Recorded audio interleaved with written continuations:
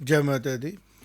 अर्थ news Studios में मैं शिवांग सत्यगुप्ता बात करेंगे अमरनाथ यात्रा पे दी गई टिप्पणी जो चीफ मिनिस्टर उमर अब्दुल्ला साहब ने दी उसके बारे में, और इसके ऊपर चर्चा करेंगे कि क्यों अमरनाथ यात्रा को सिर्फ थोड़ी देर के लिए अलाउ किया जाता है। जिस हिसाब से डेवलपमेंट्स हैं, जिस हिसाब से चीज़ें हैं, उसके बारे में बात करना ज़रूरी है, क्योंकि हम देख रहे थे जब उमर अब्दुल्ला साहब की स्टेटमेंट आती है उसके नीचे जो रिमार्क्स आते हैं वो रिमार्क्स बताते हैं कि किस किस्म की मानसिकता कश्मीर के लोगों की बनाई गई है, कुछ लोगों की, और किस तरीके से वो बात करते हैं, आस्था को किस तरीके से चोट पहुँचाते हैं और कमेंट्स करते हैं। किसी ने तो हद ही कर दी, एक डिस्टॉर्टेड सी फ़ोटो बना के भगवान श्री शिव शंकर जी की चढ़ा दी। मेरे साथ होंगे रवीश, और जैसे कि मैंने आपसे कहा कि हम लोग पहले भी देख रहे थे कि जो लोग ठीक बात करते हैं, जो राष्ट्र हित में, देश हित में, विश्व हित में बात करते हैं, जनहित में बात करते हैं, वो लोग नॉन पॉलिटिकल होते हैं हमारी तरह, और अल्टीमेटली कुछ लोगों को पसंद नहीं आते हैं जो शायद एक मैनेजमेंट चला रहे हैं मीडिया को, सोशल मीडिया को हैंडल करने की।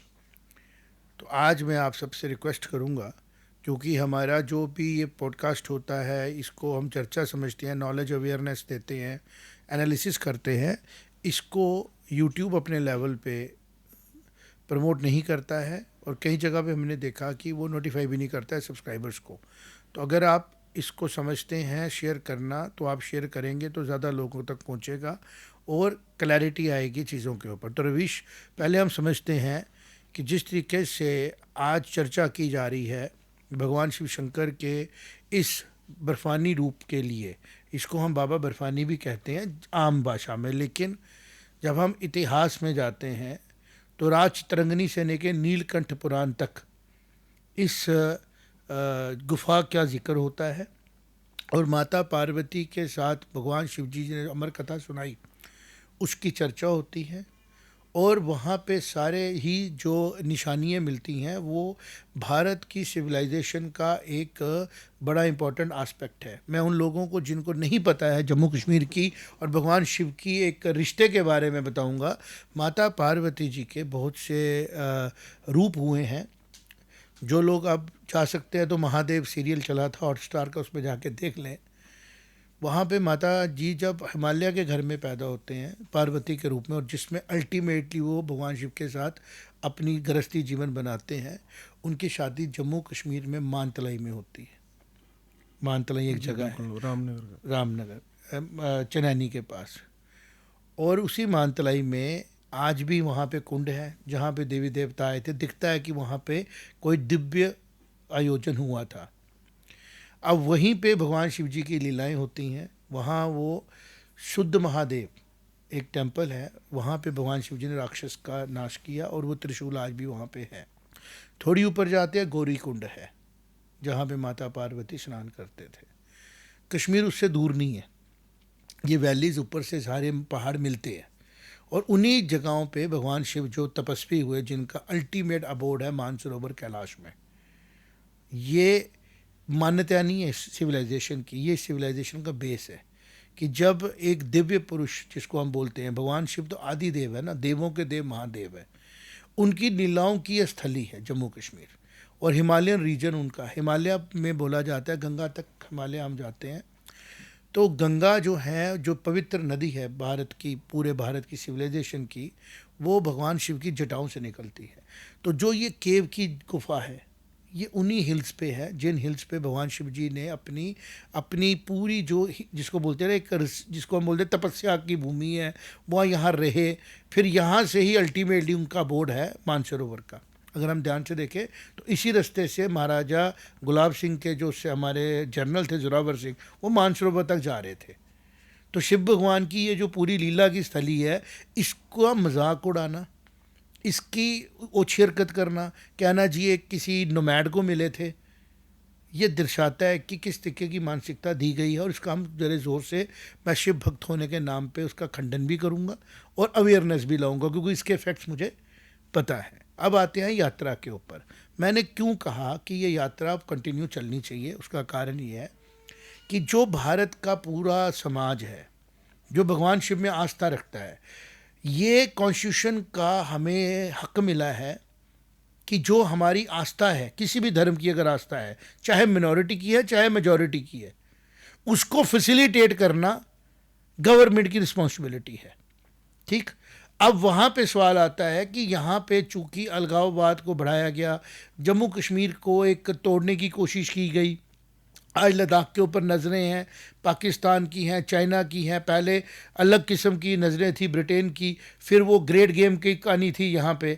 इन सब के बीच में पिसा कौन? पिसी आस्था, बैकफुट पे गई आस्था। आस्था को बाउंड्री से क्या लेना देना है? आज पूरी दुनिया का रिलीजियस सेंटर अगर वेटिकन है क्रिश्चियंस का, तो वो क्रिश्चियन चाहे हों इंडिया में रहने वाले, चाहे वो क्रिश्चियन, उनका है ना एक अपना एक आस्था। तो जो लोग भगवान शिव में आस्था रखने वाले हैं, तो उनका नेचुरल अबोर्ड बनता है ना यहाँ पे आना, बैठना, देखना, रिसर्च करना। तो गवर्नमेंट्स का काम था फैसिलिटेट करना, जो गवर्नमेंट्स ने नहीं किया और अल्टीमेटली हक छीन लिया। शिव भक्त का हक छीना ना उनसे। आज आहिस्ता आहिस्ता हक वापस दिया जा रहा है, तो इसको हम चाहते हैं कि पूरी तरह दे दिया जाए। कोई भी साल हो, कोई भी सिचुएशन हो, वहाँ बर्फ़ पड़ती है, वहाँ पे नहीं जाया जाता है, गवर्नमेंट का काम पे मैनेज करना। आप 40 डेज़ की जगह इसको फुल टाइम रखो।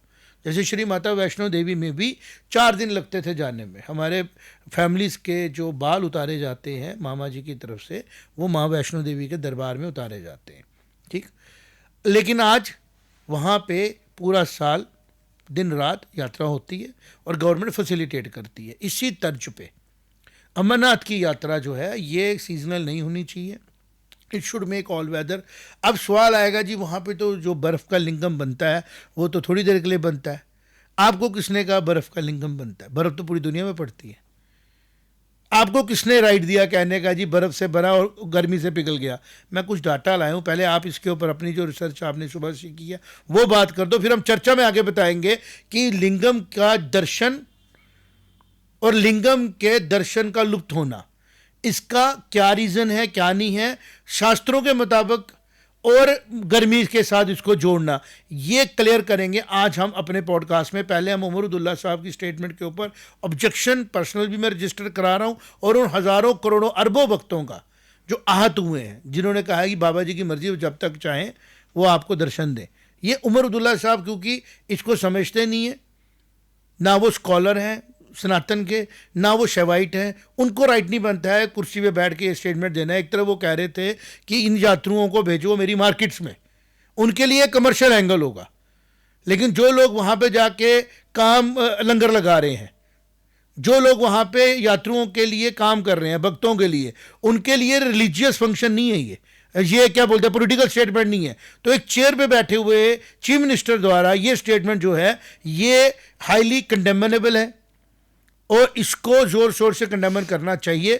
जैसे ये मुझे पता लगा, अगर मैं उनको एडवाइस दे सकता, मैं कहता आपका एक इज्जतमान है, आपको इन चीज़ों पे कमेंट नहीं करना चाहिए था, क्योंकि आपके कमेंट के बाद हज़ारों लाखों कश्मीर के लोग, जम्मू के लोग उसमें कमेंट करने लगे और दो कम्युनिटीज़ के बीच में तनाव पैदा किया आपने, और इसकी आप रिस्पॉन्सिबल हो। अब आप आगे कंटिन्यू करो, फिर जी मैं आगे बिल्कुल। बात मैं मेरा मानना ये है कि जो बयान उमर अब्दुल्ला साहब ने दिया वो बिल्कुल ही डिस्टेसफुल बयान था। वो एक तरीके से कटाक्ष कस रहे थे हिंदू धर्म के ऊपर, और मैं कहूँगा कि मुझे अनएक्सपेक्टेड भी नहीं था ये कि वो ऐसे इस तरीके का बयान वो नहीं दे सकते, ऐसा भी नहीं था, क्योंकि मुझे वो दिन भी याद है 2008 का दिन, जब पार्लियामेंट में चीख चीख के उन्होंने कहा था कि 1 इंच भी ज़मीन हम जो श्राइन बोर्ड है उसको नहीं देंगे, लेकिन वो भी नहीं हो पाया। और जिस तरीके से उन्होंने आज जो बयान दिया, मुझे लगता है कि ये हम लोग जो है हम कर्मा पे बिलीव करते हैं कि जो आप whatever you sow you will reap that. तो बात ऐसी है कि जो उनका कहना था कि भाई आप, वो उनकी मर्जी थी, चले गए, लेकिन देखिए कितने डिस्टेसफुल तरीके से कहा है। और सबसे बड़ी बात, जहाँ जहाँ ये बयान चला उसके नीचे अगर हम कमेंट्स में देखें तो जो कश्मीर के मुस्लिम समुदाय के लोग हैं वो एकदम, अगर लीडर ही उनका ऐसा बोले तो वो समझिए कि क्या क्या बोलेंगे। और मुझे तो बिल्कुल अच्छा भी नहीं लगा, और मेरा तो ये मानना है कि जो साइबर सेल कश्मीर है उसको तो इसके ऊपर एक्शन लेना चाहिए कि कैसे कोई धर्म के ऊपर इरशाद है। अगर हम इसको लाइव शेयर कर सकते थे तो हम करते। उसने एक तस्वीर बनाई है भगवान शिव जी की, नीचे कोई हंस रहा है, कोई मजाक ले रहा है, और कोई अजीब सी, मुझे जो बड़ा दुख हुआ देख के कि किस किस्म के स्टेटमेंट्स नीचे आए। और ये बड़ा दुखदाई सिचुएशन है, क्योंकि शिविज्म is a backbone of Kashmir valley. Kashmir का नाम है श्री का नगर, और श्री का नगर होता है महालक्ष्मी का नगर। वहाँ पे भगवान शिव जी के शिव भैरव हैं, वो भैरव जो है वो लीलाएं करते हैं, इनको उसको टेस्ट नहीं करना है। और मैं ये समझता हूँ जिस तरीके के हालात जम्मू कश्मीर के रहे, उसमें इन यात्राओं को और ज़्यादा रिस्पेक्टफुली कराना उनको ठीक करता। यहाँ पे जिस तरीके की पॉलिटिक्स की गई रिलीजन के साथ हमेशा, और ख़ास तौर पे 1931 के बाद, वो रीज़न है कि यहाँ पे प्रॉस्पेरिटी नहीं आ पाई। यहाँ पे आज भी डिस्टर्ब है, और इस किस्म की स्टेटमेंट से पता लगता है कि कितने नीचे लेवल की पॉलिटिक्स जो है जम्मू कश्मीर में कश्मीर की लीडरशिप करती है बंद कमरों में। आज वो टेक्नोलॉजी की वजह से वापस नहीं बोल सकते हैं, तो वो स्टेटमेंट बाहर आती है। ये एक बड़ा नॉर्मल फिनोमिना था। डाटा भी आपने स्टडी किया था, मैंने भी किया था, कि जो माँ भगवान शिव जी के दर्शन होते हैं बर्फानी रूप में, उसका कोई भी जिसको बोलते हैं ना क्वेश्चन नहीं कर सकता है कि वो किस तरीके से, क्योंकि वहाँ पे पूरा का पूरा वो पिलग्रिमेज स्पॉट है। वो केव है जहाँ वो बैठे हैं, वो केव है जहाँ कबूतरों ने, वो तोते ने वो सुन लिए। उसको बोलते हैं हम शुकदेव जी, शुकदेव जी ने सुना। वो पूरी कथा है एक अमरनाथ की। उसके बाद बाबा बूढ़ा अमरनाथ की भी कथा है। ये ऐसे स्पॉट्स हैं जिनकी एक सिविलाइजेशनल इंपॉर्टेंस है। जो शिव भक्त है उनको पता है ना, हम जब शिवलिंगम के ऊपर जल चढ़ाते हैं तो उसका एक मकसद है। शिवलिंगम डिपिक्ट किसको करता है, ये किसको रिप्रेजेंट करता है, इसके ऊपर तो आपको पहले सनातन में आना पड़ेगा, फिर आपको उस तरीके से भक्ति करनी पड़ेगी। आपके लिए वेलकम है, पाइए, नोबडी स्टॉपिंग यू। लेकिन आप बगैर समझे इसको अगर रिलीजियस स्पिरिचुअलिटी से दूर ले जाएंगे और आप इसको पॉलिटिकल टूल बनाएंगे, तो आप एक ऐसी चीज़ को प्रवोक कर रहे हैं जो चीज़ आपके लिए भी ठीक नहीं है पॉलिटिकली, और हमारे समाज की सौहार्द के लिए भी ठीक नहीं है। और हिंदू समाज ने इसके ऊपर अपनी स्टेटमेंट भी दी है। मैं देख रहा था वीएचपी की तरफ से इसके ऊपर एक स्टेटमेंट आई है। लेकिन मैं समझता हूँ कि जो सिविल सोसाइटी है कश्मीर की, उसकी तरफ से स्टेटमेंट आनी चाहिए, हिंदू मुस्लिम सिख सब की तरफ से, कि उमर अब्दुल्ला साहब जो आपने ये स्टेटमेंट दी है, आपका राइट नहीं बनता था इसमें बोलना, ये राइट नहीं बनता था। और ये जो प्रमोट किया जा रहा है, और आज तक ने भी इसके ऊपर मैं देख रहा था कि वो ले आए अपना जियोग्राफिकल डाटा। हमने कहा यार हम जम्मू में रहते हैं, पहाड़ों में हम लोग रहते हैं, हमसे पूछो ना पहाड़ों का बिहेवियर क्या होता है। तो मैंने कुछ डाटा इकट्ठा किया है कि यात्रा के नंबर के साथ लिंग के दर्शन होना बर्फानी रूप में कोई लिंक ही नहीं है। यात्रा ज़्यादा होती है, लिंग ज़्यादा देर तक दर्शन देता है। यात्रा कई बार बिल्कुल कम होती है, लिंग उससे भी कम दिनों तक दर्शन देते हैं। और ये सारी कमी है जब यात्रा को हम एक फिक्स टाइम पे छोड़ते हैं। अगर हमारे पास टूरिज़्म की अगर हम बात करें, पूरा साल कश्मीर में टूरिस्ट आ सकता है, तो पूरा साल हमारा यात्रा में टूरिस्ट क्यों, हमारा यात्री क्यों नहीं जा सकता? मुझे इसका जवाब चाहिए, क्यों नहीं आज तक ऐसा हुआ? देखिए, ये एक्चुअली पुराने ज़माने से जो प्रथा चलती आ रही थी, उसमें मौसम के साथ शायद उस टाइम पे टेक्नोलॉजी इस लेवल पे नहीं पहुंच पाई थी कि हम देखिए ज़्यादा अप्रैल की बात करूं मैं अगर, तो ज़्यादा टेम्परेचर नहीं होता, ज़ीरो के आसपास का टेम्परेचर रहता है रात का, दिन का टेम्परेचर 8-10 डिग्री रहता है। तो वो यार मैं जब बाल्टल से रास्ते गया था 2005 में, मैं दर्शन करने गया था। हम 3-3.5 घंटे में घोड़े में अपन पहुंचे। बिलाल नाम का बंदा था, इतना हम तो कह रहे थे शिवजी भगवान ने इसको भेजा है, क्योंकि उसने 3.5 घंटे में हमें ऊपर पहुंचाया। हमने दर्शन किए 2 बजे, वहाँ 4:30-5 बजे हम जम्मू बाल्टल आ गए, शाम को घर आ गए। मतलब 5 में ये टेक्नोलॉजी थी वहाँ पे, जिस तरीके की आर्मी वहाँ पे रोड बनाती थी। मैं सर्दियों की बात कर रहा हूँ, मैं सर्दियों की बात भी अगर करूँ, अगर बर्फ में भी, क्या आप गुलमर्ग में आप टूरिज्म मैनेज नहीं करते हो सर्दियों में? वही बात, आप रास्ते नहीं खोलते हो। तो जहाँ पे हिंदुओं की आस्था का सवाल है, जहाँ पे भगवान शिव के दर्शन करना चाहते हैं, तो वो बर्फों में भी जाएंगे। आपने अरेंज करना है वहाँ पे सिस्टम। और जब एक्सट्रीम वेदर है, जैसे केदारनाथ की यात्रा 1-1.5-2-4 महीने के बंद होती है, ऐसे आप भी 2-4 महीने के लिए पॉज ले लीजिए। तब तक आप मेक शिफ्ट के तौर पे जहाँ पे पंचतरनी है, जहाँ पे स्पॉट्स हैं, वहाँ पे मंदिर बनाइए ने, ताकि भगवान जी के भक्त अपने भक्तों के से भगवान जी अपने भक्ति करा सकें। आप टोटली अबेंडन नहीं ना कर सकते हो।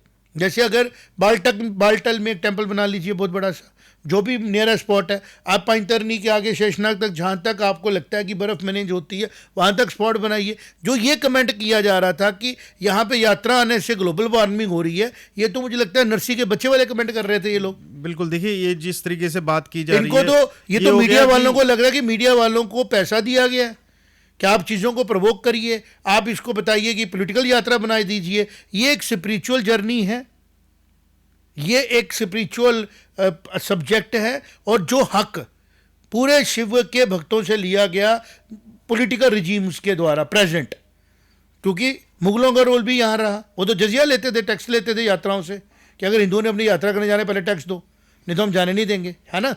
अब 400-500 साल यहाँ 300-400 मुगलों का रोल रहा, फिर अंग्रेज़ों का रोल आ गया। डोगरा रूल आने के बाद तो ये रिवाइव किया होगा, बिल्कुल कई साल लगे होंगे, और थोड़ी देर के बाद ही वहाँ पे फिर से एक डिस्प्यूटेड लिए, और उसका नतीजा आप देखो। अमरुदुल्ला साहब एक पढ़े लिखे, फॉरेन में पढ़े लिखे लोग हैं, कॉन्स्टिट्यूशन को समझते हैं, वो एक रिलीजियस सेंटीमेंट पे टिप्पणी कर रहे हैं जिसको वो जानते नहीं है। ये बताता है कि किस तरीके से आप डिमीन करने की कोशिश कर रहे हो एक कम्युनिटी को जो साइंटिफिकली चलती है, जिसके प्रैक्टिसेस आज आपको समझ में नहीं आ रहे। अगर महाभारत में जिक्र किया गया कि संजय जो है वो रिमोटली देख रहा है महाभारत के युद्ध में क्या हो रहा है, सब लोग मजाक उड़ा रहे थे जब तक टेलीविजन नहीं आया था। साइंस फॉलो कर रही है ना आज उन चीज़ों को, जिन चीज़ों के बारे में इमेजिन किया गया। आप अगर उसको इमेजिन बोलते हो, क्या वो हिस्ट्री है भारत की, आप उसको इमेजिन नहीं बोल सकते। इसी तरह अमरनाथ की केव के अंदर भगवान शिव और माँ पार्वती बैठे, भगवान शिव जी उनको अपनी अमर कथा, उनको सीक्रेट्स ऑफ वर्ल्ड बताने लगे। कबूतरों ने और वहाँ पे सुन लिया, जिसको बोलते ना शुकदेव जी ने सुना, वो तोते के रूप में थे वहाँ पे। वो भी कुंज है, वो भी बड़ी स्टोरी है। तो वहाँ से वो लीला चलते हुए अब कलयुग में आई। अब जो लोग वहाँ जाते हैं, मैं वहाँ गया, इतनी सुकून वाली जगह, भगवान जी साक्षात अपने भक्तों को प्यार करते हैं। वहाँ पे लोगों के कष्ट दूर होते हैं, नहीं भी कष्ट दूर हो, मन को सुकून मिलता है। वहाँ पे इतने दिन दर्शन हुए, भक्तों को उधर जाने से ही दर्शन हो जाते हैं। उनको वहाँ पे हम मंदिर में जाके आंखें बंद कर देते हैं, हम दर्शन करते ही नहीं। अब शिव जी मंदिर में जाते हैं, मूर्ति के आगे आंखें बंद करते हैं, हम दर्शन तो मन में करते हैं, लेकिन जिस जगह पे ईश्वर ने लीला की होती है उस जगह में अपनी एक एनर्जी होती है। वो जगह वही एनर्जी फील कर सकता है जो उसमें आस्था रखता है, जिसके लिए वो एक पॉलिटिकल स्टेटमेंट है। उसकी स्टेटमेंट के ऊपर अगर हम लोग बात करें तो मूर्खता होगी। तो हमने एज ए जर्नलिस्ट हमने अपना रोल प्ले किया रवीश, लेकिन ये जो यात्रा पूरा साल नहीं चल रही है, इसके बारे में बात करनी ज़रूरी है। 2-4 महीने हो सकते हैं बड़े टफ हो जाए वो गवर्नमेंट के लिए भी, लेकिन इसको लंबे समय के लिए कैसे चल सके कि अगर यात्री जा रहा है तो उसको फैसिलिटेट करना गवर्नमेंट की काम है, क्योंकि कॉन्स्टिट्यूशन उसको राइट देता है। और मना भी नहीं किया गया किसी शास्त्र में इस गुफा के लिए, जैसे श्री माता वैष्णो देवी के लिए है ना कि आप आ सकते हो यहाँ पे दर्शन करने माता रानी के, उसी तरह अमरनाथ की गुफा में ये प्रथा बनाई गई कि इस दिन छड़ी आएगी। छड़ी लाने की प्रथा अलग है, दर्शन करने की प्रथा अलग है। ऐसे वैष्णो माता की भी छड़ियाँ जाती हैं, अलग अलग जगहों से लोग आते हैं अपनी आस्था के हिसाब से, अपने साथ छड़ी होती है कि ग्रुप जाता है वो सुख मांगता है। इसी तरह साधु समाज वहाँ जाता है, दर्शन करते हैं, आखिरी दर्शन वहाँ होता है जब पहले प्रथम पूजा यहाँ करते हैं। ये एक प्रथा बनाई गई है कुछ सालों से। लेकिन जो दर्शन करने की प्रथा है, भक्त अपने इष्ट के पास जा रहा है, वो तो उसके लिए कोई टाइमिंग नहीं है। उसके लिए सिर्फ है कि फैसिलिटी, राजा क्या फैसिलिटी दे रहा है भक्तों के लिए, वो उनके लिए क्या फैसिलिटी प्रोवाइड कर रहा है, या भक्त अपने लिए क्या जितनी फैसिलिटियाँ प्रोवाइड होंगी उतने ज़्यादा भक्त आएंगे। तो मेरा ये मानना था और ये मेरी अपील होगी कि अब इस यात्रा को, टेररिज्म ख़त्म हो चुका है, गलत चीज़ें सारी ख़त्म हो चुकी हैं, भक्तों को पूरा साल भगवान शिव जी की इस केव के दर्शन करने के लिए अलाउ करने के साथ साथ फैसिलिटी भी वहाँ बढ़ानी चाहिए। और इसी को करने से हम लोग पूरे भारतवर्ष के अंदर जो है एक मैसेज दे सकते हैं कि जम्मू कश्मीर की जितनी भी पॉलिटिकल टर्मोइल्स थे वो ख़त्म हो चुकी है। अब जम्मू कश्मीर प्रॉस्पेरिटी के रास्ते पे आगे बढ़ रहा है। जैसे हम पूरा साल किसी भी टेम्पल में जा सकते हैं, कामाख्या देवी जाते हैं, कोई मना नहीं करता है। अलग अलग टेम्पल्स के रिचुअल्स जहाँ पे हैं वहाँ पे रिचुअल्स को फॉलो किया जाए। अमरनाथ की गुफा के टेक्स्ट में मैंने ऐसा कोई रिचुअल नहीं देखा है कि यहाँ पे आप इसी टाइम में आ सकते हो, बाकी टाइम यहाँ पे नहीं आना है। वो बेसिकली बर्फ़ की वजह से, ठंड की वजह से, फैसिलिटीज़ नहीं होने की वजह से। आज तो गवर्नमेंट और पब्लिक ने इतनी डेवलपमेंट की है, भारत ने गौरव किया कि हम लोग अपने पिलग्रिमेजेस को हैंडल कर पा रहे हैं अच्छे तरीके से। तो मुझे लगता है यात्रा को स्टार्ट करना चाहिए जल्दी, ताकि भगवान जी के बर्फानी रूप में भी उनके भक्त जो है ज़्यादा देर तक उनके दर्शन कर सकें। बाकी जो लोग घर से चलेंगे वो पहले से भी ज़्यादा आएंगे। मुझे लगता है उनको नेगेटिव करने के लिए इस किस्म की कैंपेन स्टार्ट की गई, जो कैंपेन जो एक जिसको हम बोलते हैं ना पॉलिटिकल एंगल से डिफरेंट डिफरेंट एजेंसीज ने की, तभी मैंने कहा प्लीज़ हमारी बात को शेयर करें कि दर्शन करने वो किस रूप में जा रहे हैं।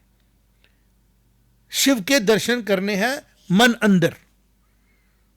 मन अंदर का मतलब होता है मन के अंदर। तो मन तो हमारे शरीर के अंदर है, हमारे आत्मा के साथ जुड़ा हुआ, उसका एक लिंक है।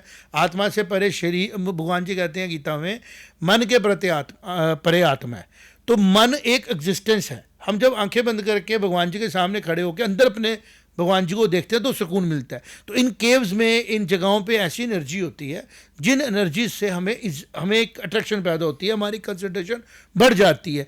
तो वो चीज़ बढ़ाने के लिए एक यात्रु पैदल चलता है, घोड़े पे जाता है, कोई हेलीकॉप्टर में जाता है। लेकिन इसको अगर कोई एडमिनिस्ट्रेटिव एंगल से ले और ये बोले कि ये मैं व्यवस्था तैयार कर रहा हूँ, तो ये उसकी मूर्खता है।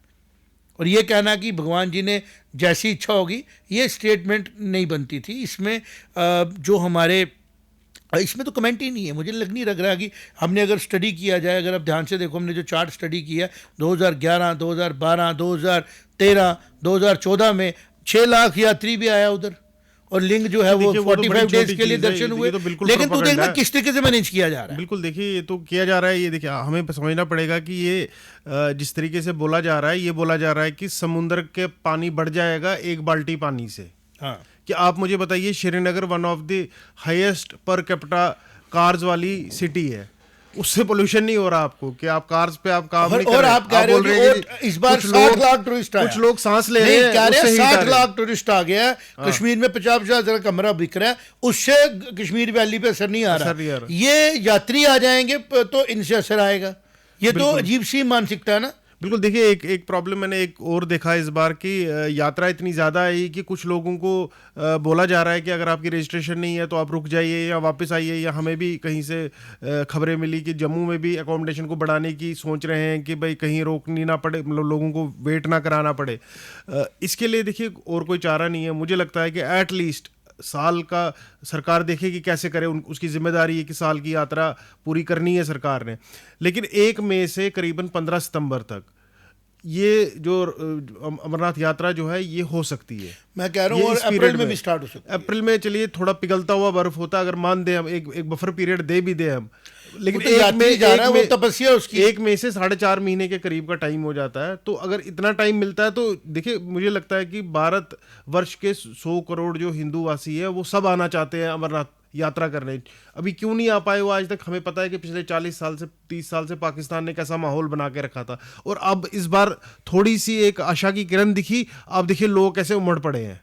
अभी तक दिल्ली से श्रीनगर डायरेक्ट ट्रेन भी शुरू नहीं हुई है, तो लोग उमड़ पड़े हैं और बोल रहे हैं नहीं जी हमें दर्शन करने हैं। तो मुझे लगता है कि सरकार को, एलजी साहब को इसके ऊपर विचार करना चाहिए कि कैसे इस यात्रा का टाइम बढ़ाया जाए, कैसे इसको राउंड द ईयर कराया जाए। देखिए अब हमारी जो हर चीज़ में अगर हम आगे बढ़ रहे हैं, रोड्स, ट्रेन्स, हर चीज़ में, तो हमें इंफ्रास्ट्रक्चर में भी आगे बढ़ना पड़ेगा। हमको ऐसा इंफ्रा देना पड़ेगा वहाँ के लिए कि कुछ डाटा मैं तेरे से शेयर करूँगा। 98 का डाटा मिला हमें, जिसमें शिवलिंग जी जो भगवान शिव जी ने दर्शन दिए, उसमें 40 के दिन के करीब दर्शन हुए।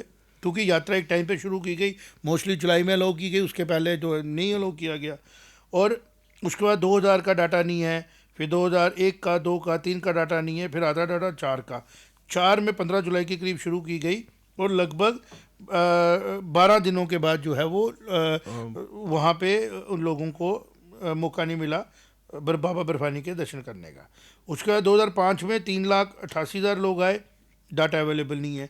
फिर हमने डाटा ढूंढा 2008 में, 2,08,000 में लगभग 3.5 लाख के करीब लोग आए।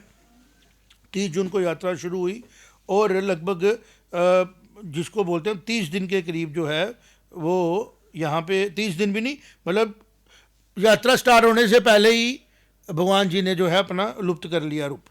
उसके बाद में 2004 के बाद मैं देख पा रहा हूँ 2006 की डिस्कशन हो गई, फिर 2007 का पॉइंट टाइम आता है, फिर 8 में 5,33,000 लोग आए।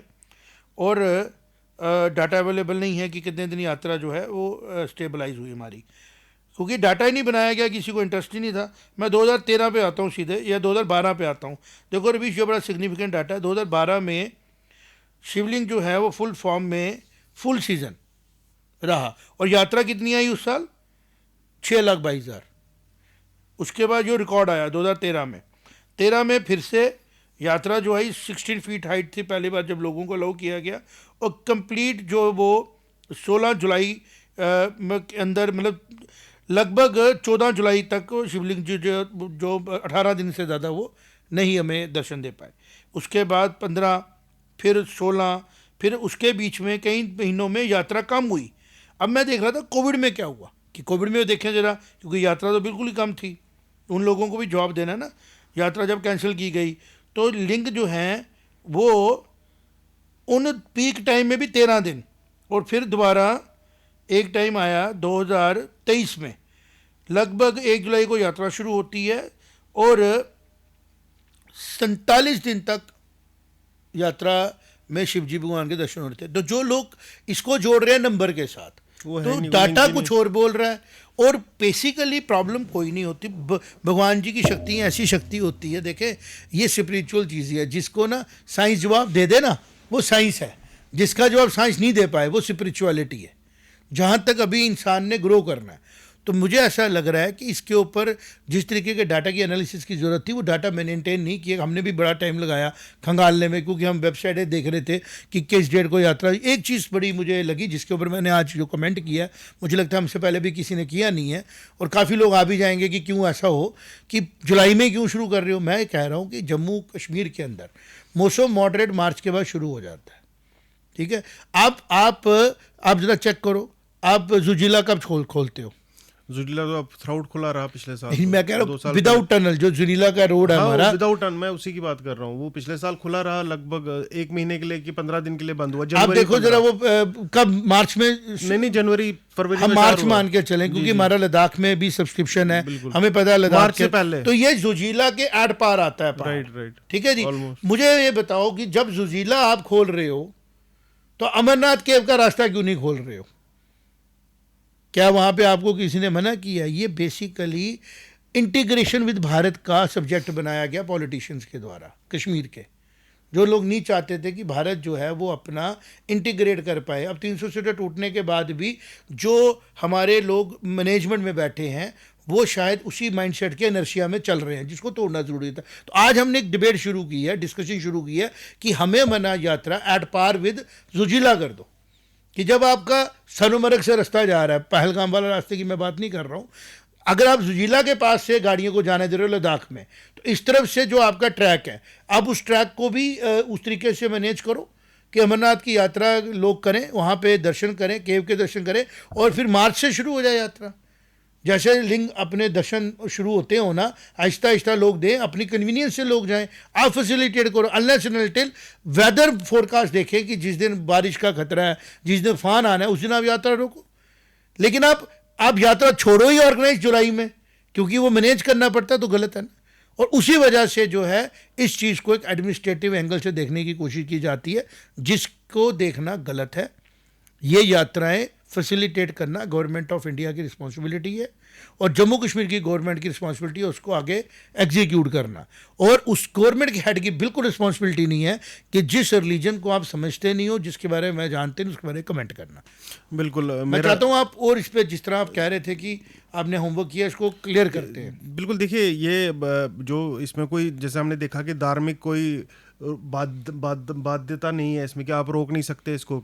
और टेम्परेचर की बात करूं मैं अगर, तो टेम्परेचर्स में मैंने देखा कि जैसे अप्रैल महीने को भी अगर हम देखें, अप्रैल महीने भी एवरेज जो रेंज होती है वो दिन का टेम्परेचर 4 से 10 डिग्री और रात का टेम्परेचर -2 से 2 डिग्री के बीच में रहता है।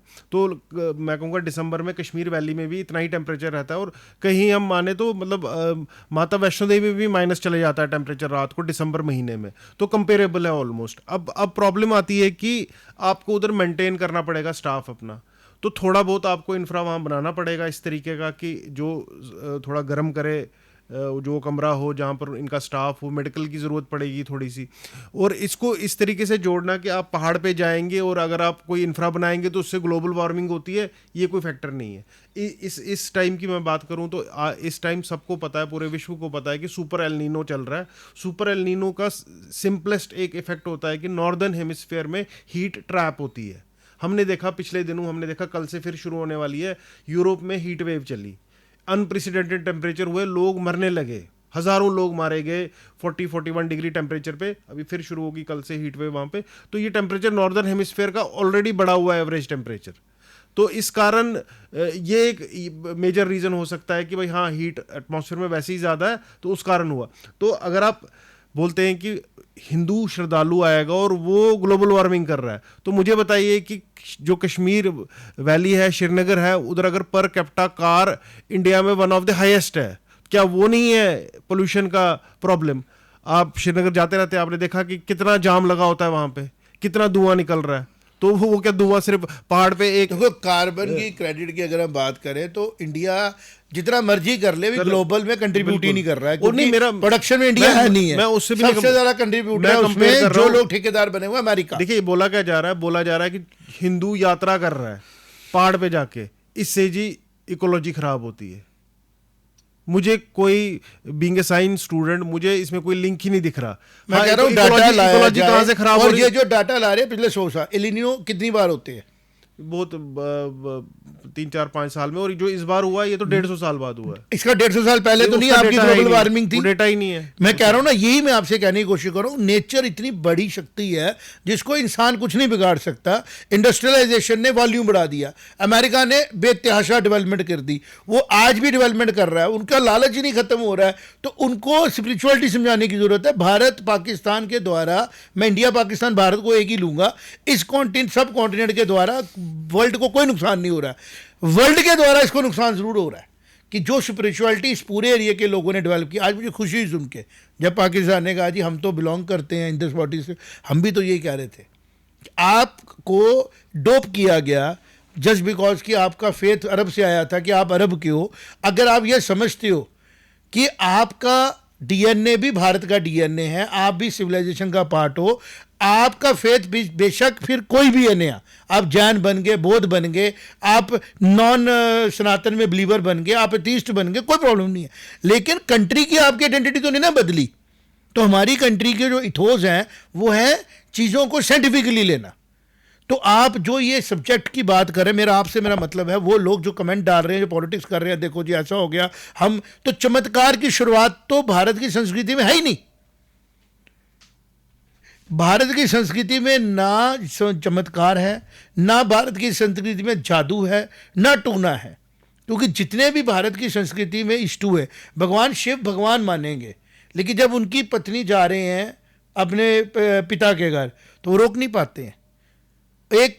एक योगी जब गृहस्थ में आते हैं सती माता के साथ, उनके वियोग में वो पूरे ब्रह्मांड में तांडव करते हैं जैसे एक आम इंसान करता है। यही हमारी भारत की संस्कृति का है कि योगी भी आम है और ईश्वर जो है वो एक अलग। और वही योगी जब ईश्वर का रूप लेते हैं, सदा शिव के रूप में बैठते हैं, तो पूरे ब्रह्मांड को अपने में समा के वो एक ज्योति रूप में बैठ जाते हैं। तो एक बड़ी फिलॉसफी की बात है। हम लकी हैं, मैं कह रहा हूँ हम बहुत लकी हैं रवीश, कि हम अगर दुनिया में इंसान बन के आए, हम भारत में पैदा हुए, और उससे भी लकी हम सनातनी पैदा हुए, क्योंकि हमारे पास हर एक क्वेश्चन का एक सटीक जवाब है और हमारे पास कन्फ्यूजन नहीं है। तो भगवान शिवजी महाराज जी से प्रार्थना करते हैं कि इस इलाके के लोगों को अक्ल दें, क्योंकि ये आप ही के इलाके में पैदा हुए। जिन गलियों में, जिन पहाड़ों पे आपने तपस्या की, अपनी लीला की, वही पहाड़ों पे आपने हमें मौका दिया पैदा होने का।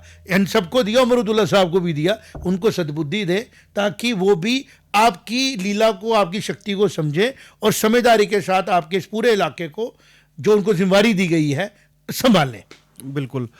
मेरा दर्शकों से भी अनुरोध है कि आपके क्या विचार हैं हमारी इस सारी डिस्कशन के ऊपर, कृपया कमेंट बॉक्स में ज़रूर लिखें।